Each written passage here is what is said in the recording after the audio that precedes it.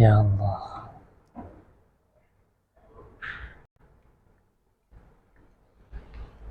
Terima kasih.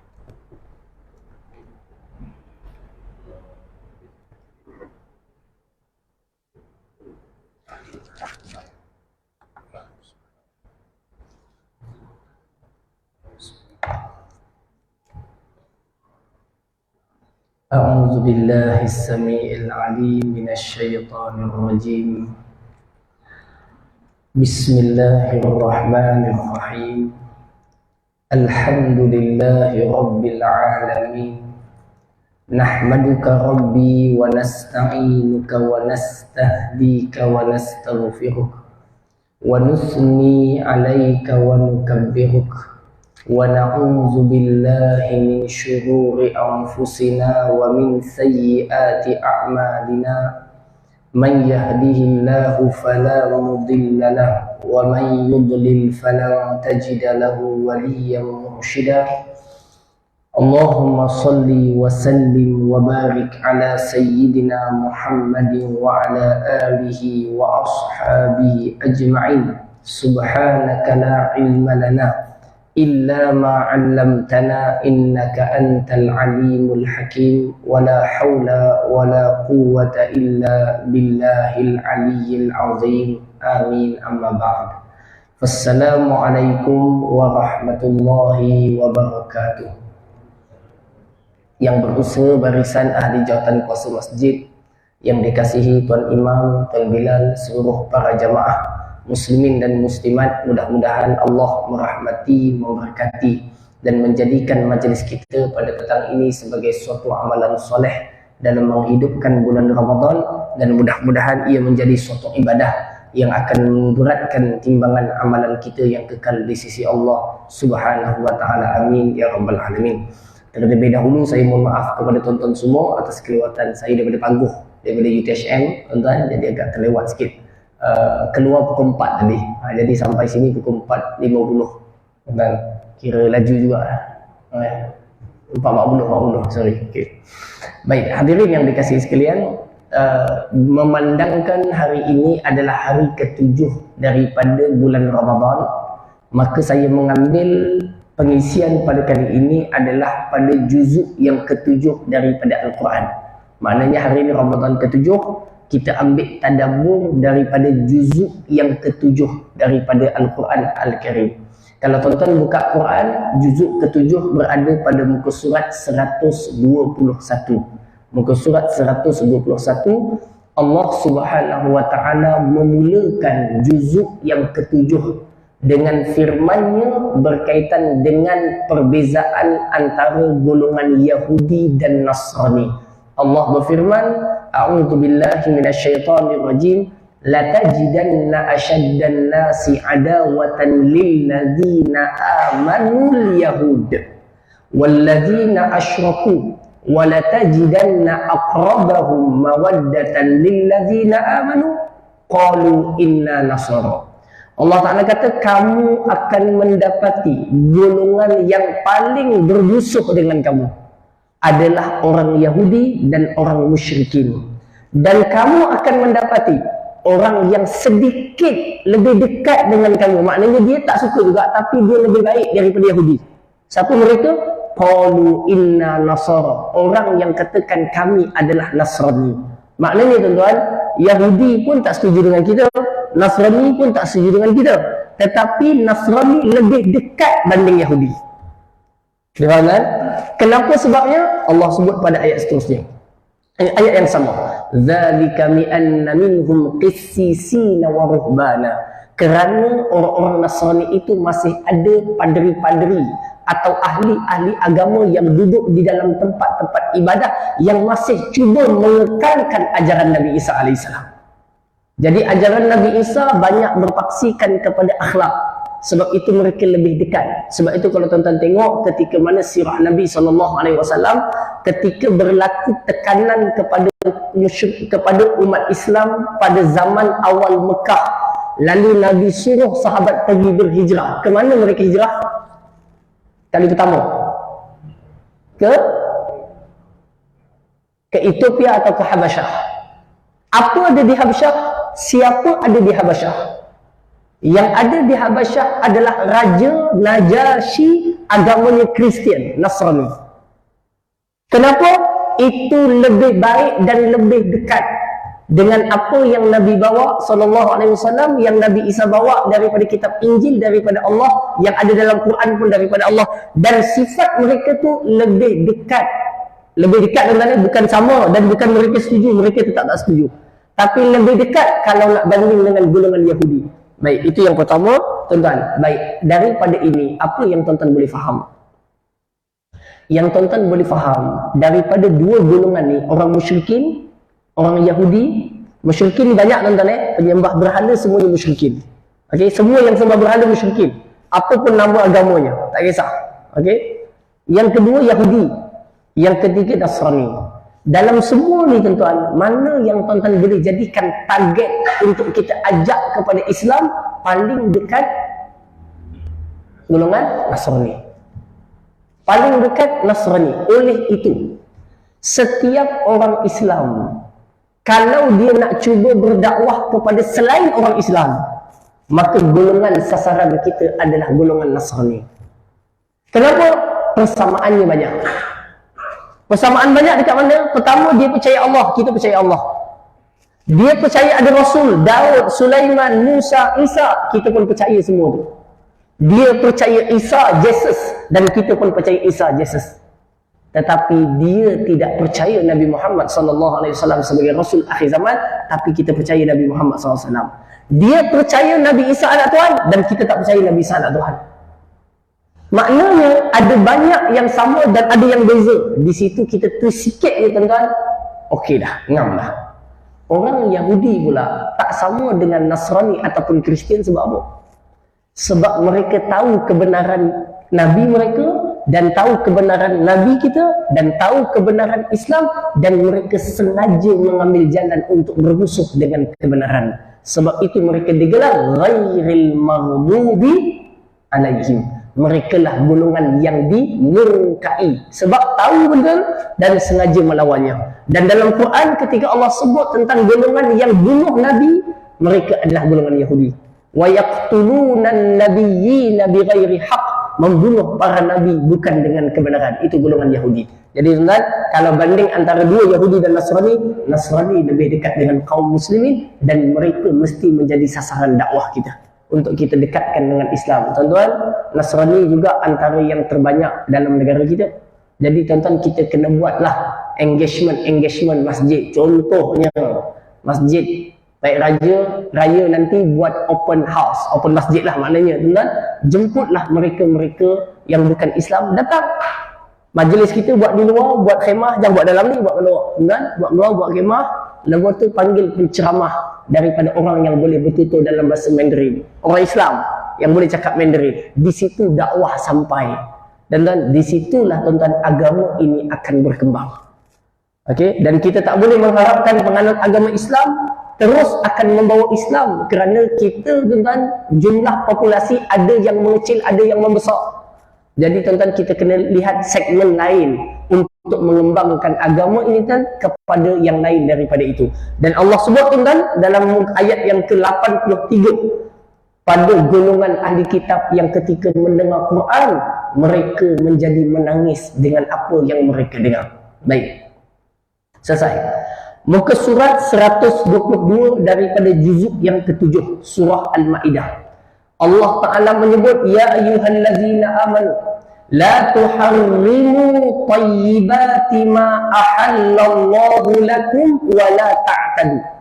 Wahai sekalian orang-orang yang beriman, janganlah kalian mengharamkan benda baik yang Allah halalkan. Kalau saya tanya tuan-tuan, dalam hidup kita sebagai seorang Islam, yang halal banyak ke yang haram banyak? Halal banyak, haram sikit. Lebih sikit lah banding yang halal. Jangan pergi jauh-jauh tuan-tuan. Jangan pergi jauh-jauh. Jangan pergi jauh-jauh. Pergi dekat ayam je dulu. Yang halal dengan yang tak halal. Ayam yang halal, ayam serama, ayam hutan, ayam daging, ayam kampung. burung ayam-ayam, ikan ayam, enggak, ayam serap, ayam Belanda, macam-macam tak. Ayam saja yang halal banyak, yang tak halal bapa ayam. Hadirin yang dikasihi sekalian, tuan-tuan, kalau nak banding yang halal dengan yang haram, yang halal lebih banyak. Itu belum masuk burung lagi. Lagi banyak jenisnya. Kan? Hadirin yang dikasihi sekalian, kalau belum masuk makanan tumbuhan, boleh kata majoritinya dihalalkan Allah Ta'ala, melainkan yang datangkan Quran. Maknanya apa? Allah kata dalam Quran, wahai orang yang beriman, kalau sesuatu yang baik dan halal itu jangan kamu haramkan. Jangan kamu haramkan. Sedangkan Allah menghalalkan itu bagi kamu. Kerana perbuatan itu dapat menjadikan kamu melampaui batasnya yang sebenar. Apa makna ayat ini, tuan-tuan? Dalam hidup orang Islam, benda yang boleh buat sangat banyak. Manfaatkan semua yang Allah jadikan halal untuk kita, untuk kegunaan dan kebaikan kaum muslimin. Sedangkan yang haram itu sebahagian sikit, kecil saja. Yang itu je jangan buat. Tapi tuan-tuan, hari ini orang jadi terbalik. Orang jadi terbalik. Yang terbaru, tuan-tuan, kita tengok ada orang, ialah halal. Halal ni, tuan-tuan, nak kahwin dengan orang perempuan. Daripada Jawa, Banjar, Bugis, semuanya boleh. Tapi nak juga dipilih kahwin dengan lelaki. Kan bukan masalah. Yang halal banyak. Bukan satu boleh empat. Bangsa pun nak pilih, tak ada masalah. Nak Negro boleh, nak Jepun boleh, nak Korea boleh, nak Jawa boleh, tak ada masalah. Halal berlaku. Tapi tuan-tuan, orang buat pula iklan untuk kahwin laki dengan lelaki. Nampak tak, tuan-tuan? Yang haram juga menjadi dia. Air, tuan-tuan, air katirah madu. Air cincau meleleh. Puasa lagi. Okey. Air sasi cincau, mi Bandung, sirap Bandung soda, macam-macam boleh ada. Kenapa arak juga yang nak dipopularkan untuk ajak orang minum? Yang halal banyak. Begitulah tuan-tuan ciptaan Allah dekat bumi ini, sangat banyak Allah bagi suruh kita guna. Kenapa orang Islam tak nak kreatif menggunakan segala bahan yang ada untuk kebaikan kaum muslimin? Kita ada batu kapur banyak dekat Perak, lumbung biji timah banyak dekat Perak, emas banyak, balak banyak, minyak ada dekat Sabah, dekat Sarawak, dekat Kelantan, dekat Terengganu. Kita ada hasil bumi yang pelbagai, halal semuanya Allah bagi. Gunakan, ambil, teroka, fikir, selidik, bangunkan untuk manfaat kaum muslimin. Berapa banyak yang ambil itu sebagai manfaat. Tuan-tuan, cukup kita ambil besi je contoh. Kita ada biji besi, keluarkan dah biji besi, tapi tak pandai nak buat, guna pun nak buat kapal terbang. Hantar ke Jerman, Jerman buat kapal, kita beli pula dengan dia contohnya. Kita ada bahan yang banyak. Yang linas dekat Pahang, tuan-tuan. Kita ada bahan-bahan hasil bumi yang banyak. Yang boleh buat senjata. Tapi kita tak ada kilang senjata. Kita kena beli senjata daripada Thailand. Sedangkan bahan untuk buat ada. Maknanya ayat ini mengatakan apa? Semua benda yang Allah jadikan untuk kamu, ambil manfaat.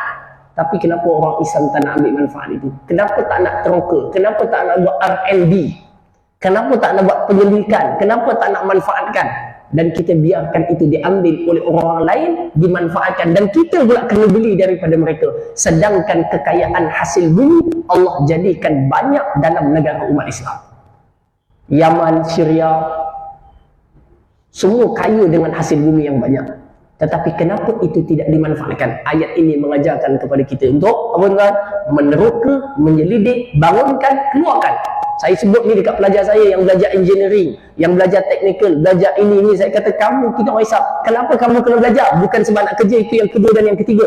Yang pertamanya, kamu kena tunaikan tanggungjawab apa yang negara belum ada. Kita ada bahan yang banyak, tapi tak ada siapa yang boleh reka untuk kegunaan dan manfaat. Maka kamulah yang kena ambil peluang itu untuk bangunkan, jadikan ia sebagai kejayaan dan ketamadunan umat manusia. Tuan-tuan, insya-Allah, yang ni cara fikir dengan mesti dikembangkan kepada orang Islam. Baru kita fikir-fikir lebih luas. Allah halalkan kita banyak benda. Jadi gunakan semua yang halal untuk manfaat manusia. Baik, itu yang kedua. Yang ketiga, Allah Ta'ala sebut pada ayat yang ke-90, muka surat 122, surah Al-Ma'idah. Allah berfirman, ya ayyuhalladzina amanu innamal khamru wal maisiru wal ansabu wal ajlamu wal azlamu rijsum min amali syaitan fajtanibuhu la'allakum tuflihun. Wahai sekalian orang-orang yang beriman, sesungguhnya arak, judi, telik nasib atau tenung nasib menggunakan batang-batang kayu nasib, enggak, semua itu adalah daripada amalan syaitan. Jauhilah ia, kamu akan menjadi orang yang berjaya. Allah sebut judi, Allah sebut arak, dan Allah sebut tenung nasib. Tiga ni tuan-tuan membantutkan kejayaan dan kemajuan masyarakat. Kalau orang berpegang dengan tenung nasib, pergi dekat tukang tenun, tengok tapak tangan, dia pun tengok. Ish, kamu ni kalau kahwin tak bahagia ni, orang tu akhirnya tak kahwin. Dia tengok lagi. Ish, kamu ni kalau apa namanya kerja dekat sektor sekian ni, kamu takkan belajar. Akhirnya orang tu mandum. Dengan telik nasib yang salah datang daripada tukang telik, menjadikan seorang takkan maju ke depan. Sebab telikkan tu bukan mesti tepat. Tapi kalau itu dipopularkan dan dibanyakkan, sebab itu Nabi memberikan penegasan dosa besar bagi orang yang jumpa tukang telik. Tukang telik, Nabi sebut man ata arrafan, siapa yang datang kepada tukang telik, maka tertolak amalannya 40 hari. Dan siapa datang kepada tukang telik, benarkan apa yang dia cakap. Tok Bomo yang benarkan dia cakap apa, maka dia boleh jatuh kufur kepada apa yang diturunkan oleh Allah kepada Nabi SAW. Berat, Islam tak bagi benda-benda itu, supaya kita dapat hidup dengan realiti dan boleh maju ke depan dengan iman yang kita ada. Dua tuan-tuan, Islam melarang keras akan arak, kerana arak menghilangkan fungsi akal, sedangkan Islam mengangkat kedudukan akal manusia. Tuan-tuan, dengan akal kita jadi mukallaf. Siapa di sini tak ada akal, dia tak wajib sembahyang. Siapa yang tak ada akal, tak wajib puasa. Kerana ada akal dan akil baligh, dia kena puasa, dia kena sembahyang sebab dia mukallaf. Jadi kalau tuan-tuan tengok ada orang beli air sirap Bandung ais tengah hari pukul 12, mungkin dia hilang akal. Mungkin hilang akal lah. Kita anggap macam tu je lah tuan-tuan. Okay, kita anggap macam tu, mungkin dia bukan mukallaf. Hadirin yang dikasihi sekalian, sampaikan ke tahap seorang itu dianggap dosa dan pahala ikut akal. Kalau ada akal, dia dipertanggungjawabkan. Kalau tak ada akal, tak ada masalah. Akal ini nilainya besar dan tinggi di dalam Islam. Dengan itulah Allah suruh umat Islam belajar untuk tingkatkan peranan akal. Allah suruh orang Islam bertafakur dan berfikir dengan dalam. Nanti kita akan jumpa pada surah Al-An'am kalau sempat tuan-tuan. Tak sempat saya sambung malam ni. Dalam surah Al-An'am, Allah Ta'ala sebut tentang semua ciptaannya agar manusia menggunakan akal, memikirkan kejadian-kejadian alam yang serba indah dan hebat. Dengan akal yang digunakan dengan mendalam, fikir baik-baik, dia boleh mendekatkan seorang itu kepada Allah Subhanahu Wa Ta'ala. Baik, kita sambung. Itu ayat ke-90 daripada suratul Ma'idah. Sekarang tuan-tuan, lihat pada ayat yang ke 101 daripada suratul Ma'idah, juzuk yang ke-7. Hari ini 7 Ramadan, masih juzuk ke-7. Allah berfirman, ya ayyuhalladzina amanu la tas'alu an asya'a in tubdalakum tasukum wa in tustas'alu anha hina yunazzalul qur'anu tubdalakum afallahu anha wallahu ghafurun halim. Wahai orang yang beriman, jangan tanya benda yang kalau kamu tanya akan susahkan kamu. Ayat ni tuan-tuan turun pasal apa? Ni kena faham betul-betul. Takut nanti tuan-tuan langsung tak nak tanya, ada soalan, tak nak. Salah faham tuan. Ayat ni maknanya apa?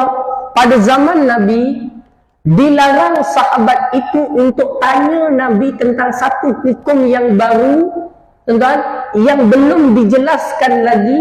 Yang benda itu kalau Nabi terangkan, nanti akan menyusahkan dia. Jadi apa je yang dah Nabi sebut, amalkan je. Jangan tanya banyak-banyak. Sebab kalau tanya nanti susah. Contoh, ayat ni turun pasal apa tuan? Pasal ayat haji. Ketika seorang sahabat tanya kepada Nabi SAW, ya Rasulullah, haji ni wajib setiap tahun ke? Nabi diam. Mungkin Nabi tunggu wahyu. Haji ni wajib ke setiap tahun? Nabi diam.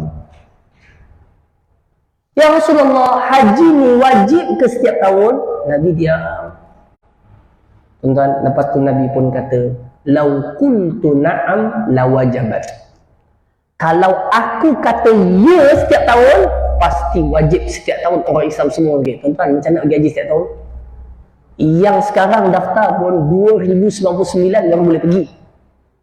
Itu bukan kereta terbang lagi dah, tuan. Basikal pun dah boleh terbang dah zaman tu. Lau qultu na'am lawajabat. Jangan tanya haji dah fardu, buat je. Jangan tanya wajib tak wajib. Kalau tanya nanti susahkan kamu. Ayat ni tuan-tuan mengajarkan orang Islam tentang adab dan etika tanya soalan. Tanya soalan ni bagus ke tak bagus? Tanya soalan ni bagus tak bagus? Kan? Bagus. Tuan-tuan, tanya soalan bagus. Tapi kalau tanya soalan yang tak bagus, tak bagus. Ataupun tanya soalan yang nak menyusahkan dirinya atau orang lain pun tak bagus. Tanya soalan untuk dia tahu benda yang dia tak tahu. Pada zaman Nabi, syariat kan tengah turun. Jadi jangan tergesa-gesa untuk dapatkan soalan yang kalau tanya menyusahkan. Contoh ditanya, contohlah orang tanya mungkin kat Nabi, ni tak berlaku nak contoh saya kata. Dia kata, Nabi, kenapa kalau bersugi tak wajib gitu kalau sahabat tanya. Kalau Nabi kata, wajib. Setiap kali sembahyang tuan-tuan ambil gosok gigi. Nampak? Nampak? Jadi jangan bertanya satu soalan yang kalau ditanya akan menyusahkan kamu. Tapi soalan itu kalau ditanya memang kerana kejahilan dan tak tahu bagaimana untuk melaksanakan yang dah tahu. Benda tu tahu kena, tapi nak buat tak tahu. Tanya macam mana cara buatnya, itu tak apa. Ini tanya benda yang tak ada pun syariatannya, tanya untuk apa? Itu akan menjadikan kamu susah dan sukar. Dan ini ajaran Quran, cara mengajarkan soalan. Tanya soalan bagus. Kata Nabi dalam satu hadis, alaysa miftahul ayyi as-su'al. Bukankah kunci kepada tak tahu itu tanya? Dengan tanya, kamu akan dapat ilmu pada benda yang kamu tak tahu. Benda tu kena tahu, tapi tak tahu. Akhirnya kamu nak tahu, itu boleh. Tapi kalau tanya sengaja nak uji, tak payah tuan-tuan. Okey, tak payah. Baik. Kemudian sambung lagi. Muka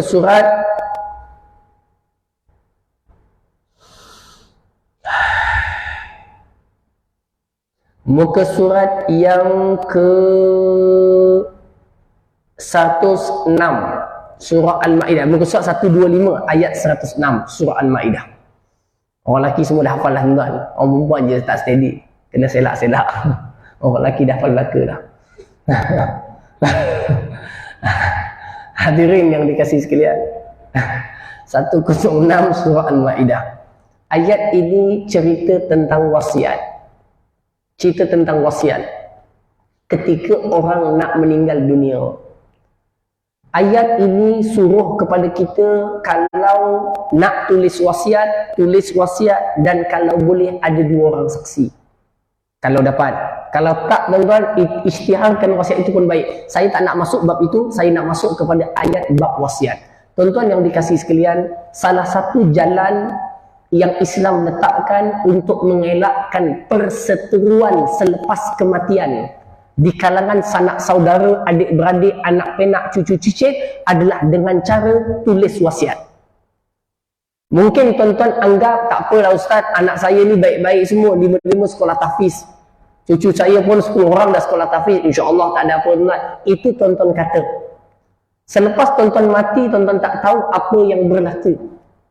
Sebab ini melibatkan harta dan orang ini diciptakan sukakan kepada harta. Manusia boleh berubah akhlak, sifat dan prinsip kerana harta. Oleh itu tuan-tuan tak tahu apa berlaku ke depan. Maka untuk selamat, tulis siap-siap. Tulis dalam kertas. Panggil tempat wasiat amanah raya atau jawatan agama atau yang berkaitan dengannya. Tulis. Ataupun rekod dalam handphone. Ataupun senang panggil anak beranak masa raya nanti, sebut siap-siap. Kalau atuk meninggal, okey, van yang ada tu wakaf dekat sekolah sekian dan sekian, contoh. Nampak? Tanah belakang yang ada pokok kelapa Yang itu tu hasilnya untuk 3 tahun yang pertama nak bagi dekat rumah anak yatim. Contohnya, nampak tak? Sawit yang 2 ekar tu lepas setahun, hasil setahun yang pertama lepas mati tu, tolong gunakan itu untuk bayarkan bil api masjid-masjid berdekatan. Contohnya, itu wasiat dia. Tuan, jelas. Kalau tak nanti dia cakap dengan imam je, "Mam, saya kalau mati, mam, nampak sawit saya yang sana tu, mam, 2 ekar tu kan, hasilnya tu nak bayarkan bil api untuk tempoh setahun." Yang tahu imam je. Dia pun meninggal, imam jumpa anaknya yang sulung. Dia kata, "Hari tu bapak kamu pesan, kalau meninggal, hasil sawit tu nak bayarkan bil api masjid. Ini bilnya tolong bayarkan." Buktinya mana, mam? Mana imam nak dapat anda? Akhirnya tuan-tuan, imam ni dia rasa berdosa kalau tak tunaikan wasiat tadi. Anak ni pula, tuan-tuan, sawit tuan-tuan. Sawit bukan biji kopi. Hasilnya banyak. Nah, dia pun ada keperluan yang dia perlukan.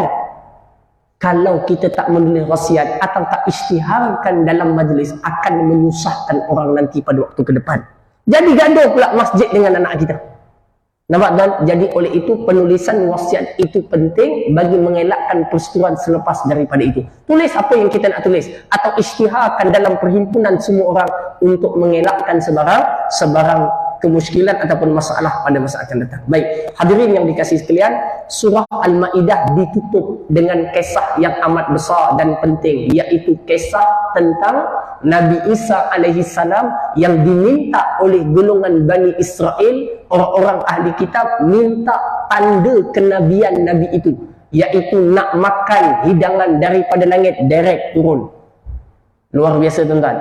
Orang-orang ahli kitab ni tuan-tuan, dia ada perangai yang tak baik. Apa dia? Selalu letakkan syarat dekat para nabi untuk beriman. Dia nak beriman, dia letakkan syarat. Dia letakkan syarat. Contoh, Nabi Musa, dia kata, "Wahai Musa, kami nak beriman tapi syaratnya nak tengok Allah jelas depan mata dulu." Uish. Berat. Dia minta kepada Nabi Saleh, "Wahai Nabi Saleh, kami nak beriman, syaratnya satu je, nak unta keluar dari celah batu." Kalau dia minta unta keluar dari perut lembu tuan-tuan, ada gagah lagi. Memang lembu tu melahirkan anak, tapi unta keluar, gagah lagi. Unta keluar dari batu. Keluar dari batu, batu nak lahirkan unta macam mana? Keluar unta dari celah batu, tak beriman juga. Pengikut Nabi Isa, apa dia kata? Tuan-tuan tengok dalam surah ayat yang ke-1, muka surat 127, ayat yang ke-114. Qala Isa bin ayat sebelum tu, ayat 113. Qalu nuridu an, dia kata ayat 112. In qala hawariyuna ya Isa bin Maryam hal yastati'u rabbuka an yunazzila alaina ma'idatan minas sama'. Qala taqullaha in kuntum mu'minin. Dia kata, "Wahai Isa, mampu tak Tuhanmu untuk turunkan hidangan daripada langit?" Macam tuan-tuan, orang minta nasi ambeng sedulang turun daripada langit.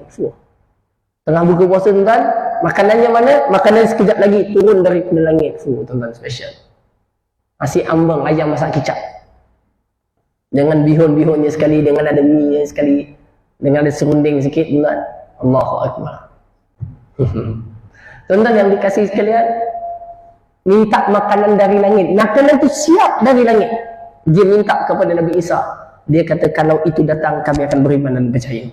Tuan-tuan, Nabi Isa punya nak pengikutnya beriman, dia minta doanya tuan-tuan. Doa ni saya kadang-kadang dengar ada imam yang baca doa ni tuan-tuan. Agaknya imam tu nak minta juga makanan daripada langit tuan-tuan. Okey, muka surat ayat 104 surah Al-Maidah. Allah Taala berfirman, "Wa idz qila lahum Allah Taala berfirman ayat 114. Qala Isa bin Maryam, Allahumma rabbana anzil alaina ma'idatan minas sama' takunu lana 'idan li awwalina wa akhirina wa ayatan mink warzuqna wa anta khairur raziqin." Kata Nabi Isa, orang Melayu kita pantang ada Allahumma aja tuan-tuan. Asal Allahumma aja dia doa. Asal Allahumma doa. Sebenarnya Allahumma kat sini doa Nabi Isa minta hidangan langit. Saya dengar imam tu macam ni, Allahumma anzilna ma'idatan minas sama'. Allahu Akbar. Saya kata, saya risau makbul tuan-tuan turun keluar masjid tu. Ya. Hadirin semua. Hadirin semua, Nabi Isa berdoa, "Ya Allah, wahai Tuhan kami, turunkanlah kepada kami hidangan daripada langit yang akan menjadi hari keraian bagi kami dan menjadi tanda daripada-Mu ya Allah untuk mereka ni. Nak beriman pun nak kena syarat minta makan daripada langit dulu. Warzuqna, rezekikanlah kepada kami dan Engkaulah sebaik-baik pemberi rezeki." Hadirin yang dikasihi sekalian, ini sifat mereka. Kenapa kesannya ada pelajaran kita bagi orang yang beriman? Untuk beriman jangan letakkan syarat. Tidak cukupkah alam ini menunjukkan Allah mentadbir? Tidak cukupkah Quran yang tak mampu ditandingi sejak ribuan tahun yang lalu menunjukkan ia benar daripada Allah? Tidak cukupkah hidup yang kita rasakan tenang dengan iman agama ini agama yang betul? Tak cukup lagikah sirah Nabi yang mulia menunjukkan kemukjizatan Nabi SAW yang hebat itu, menunjukkan Nabi benar utusan Allah? Tak cukup lagikah semua bukti itu sampai kita kena nak minta benda pelik baru nak beriman? Tak, tuan-tuan. Maka orang Islam, tuan-tuan, beriman tanpa perlu syarat. Kerana bukti untuk beriman dah ada banyak depan mata dah. Tak perlu kita meletakkan syarat bagi Allah. Ya Allah, aku akan percaya kalau Engkau tunaikan ini dan ini. Tak perlu, tuan, kita percaya tanpa syarat itu. Jangan jadi seperti perangai kaum Bani Israel yang sangat tidak beradab kepada nabi-nabi mereka dengan meletakkan syarat-syarat yang menyusahkan diri mereka dan diri para nabi alaihimussalatu wassalam. Jadi hadirin yang dikasihi sekalian, habislah kita tentang kisah ataupun surah Al-Ma'idah. Cuma saya nak tutup, tuan-tuan, hujung tu ada satu perkataan Nabi Isa yang memohon maaf kepada Allah dengan perbuatan pengikutnya di kalangan Bani Israel. Satu ketika Nabi Isa berkata, dia kata apa-apa? "In tu'adzibhum fa innahum ibaduk wa in taghfir lahum fa innaka antal azizul hakim." Kata Nabi Isa alaihissalam, "Ya Allah, kalau Engkau mengazab mereka semua, mereka itu hamba-Mu. Engkau ciptakan dia.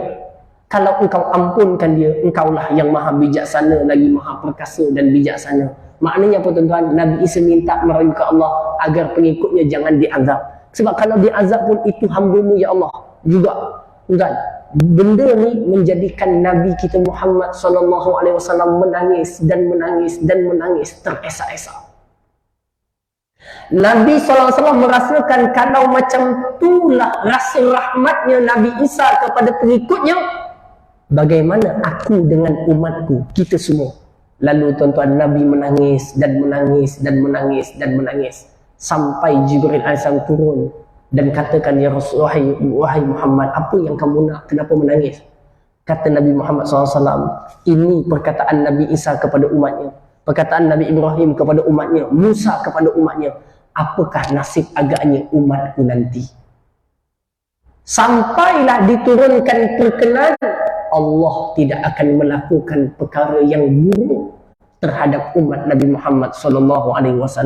Allah akan rahmati mereka dan berikan kebaikan, keampunan kepada mereka yang tidak ada sepertinya keampunan diberikan kepada umat yang terdahulu. Antaranya bulan Ramadan. Allah bagi satu bulan, bulan pembersihan dosa, bulan diampunkan dosa, bulan dikeluarkan neraka, bulan dimasukkan syurga, bulan digandakan pahala yang tak ada bagi umat terdahulu, tuan-tuan. Ini antara nikmat menjadi umat Nabi.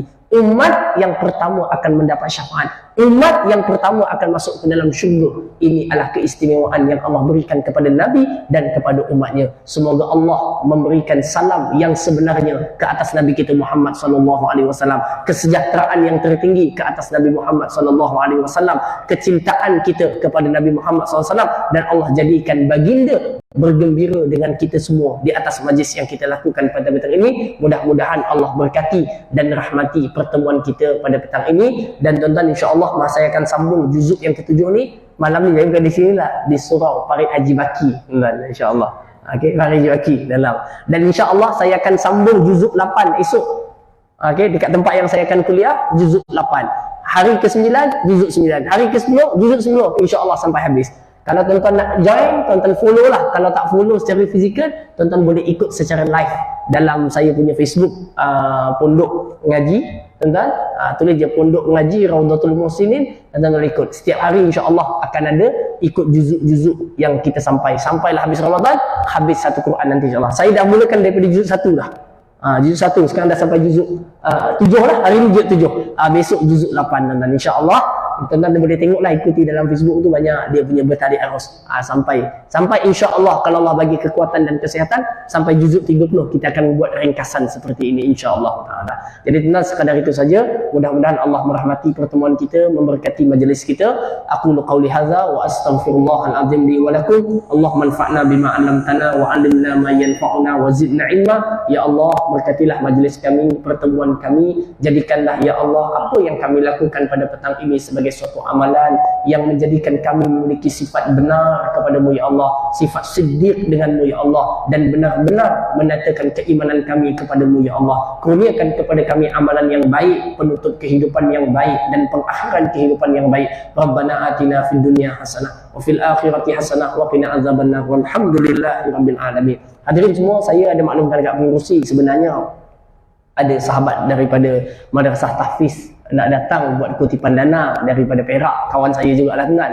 Tapi sebabkan tiba-tiba last minute dia maklumkan saya dia pergi ke Kajang kan, jadi dia tak ada ke sini lah. Jadi saya pun tukarlah versi daripada dia punya madrasah kepada saya punya madrasah. Cuma bekasnya tak bawa. Tuan-tuan isi je lah dekat mana ada bekas, nanti saya ambil lah bekas nanti tuan-tuan insya-Allah. Yang perempuan belah perempuan, yang lelaki belah lelaki insya-Allah taala. Sebenarnya dia ada, saya tolong dia duduk di sini beberapa hari untuk buat kutipan kepada Tahfiz Ad-Din di Perak tuan-tuan. Jadi last minute tadi dia kata tak datang. Saya pun dah maklumkan, jadi kita tukarlah tuan-tuan, bawa kepada madrasah atau pondok saya insya-Allah. Jadi terima kasih tuan-tuan semua, insya-Allah doakan saya dalam berbuka tuan-tuan, dan mudah-mudahan kita bertemu lagi insya-Allah pada hari Rabu depan.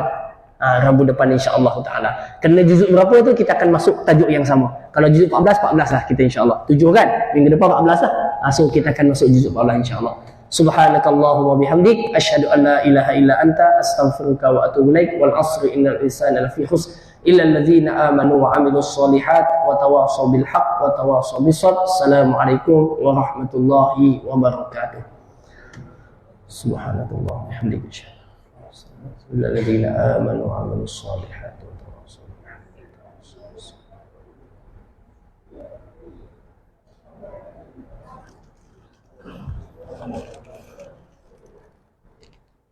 Jazakumullah khair.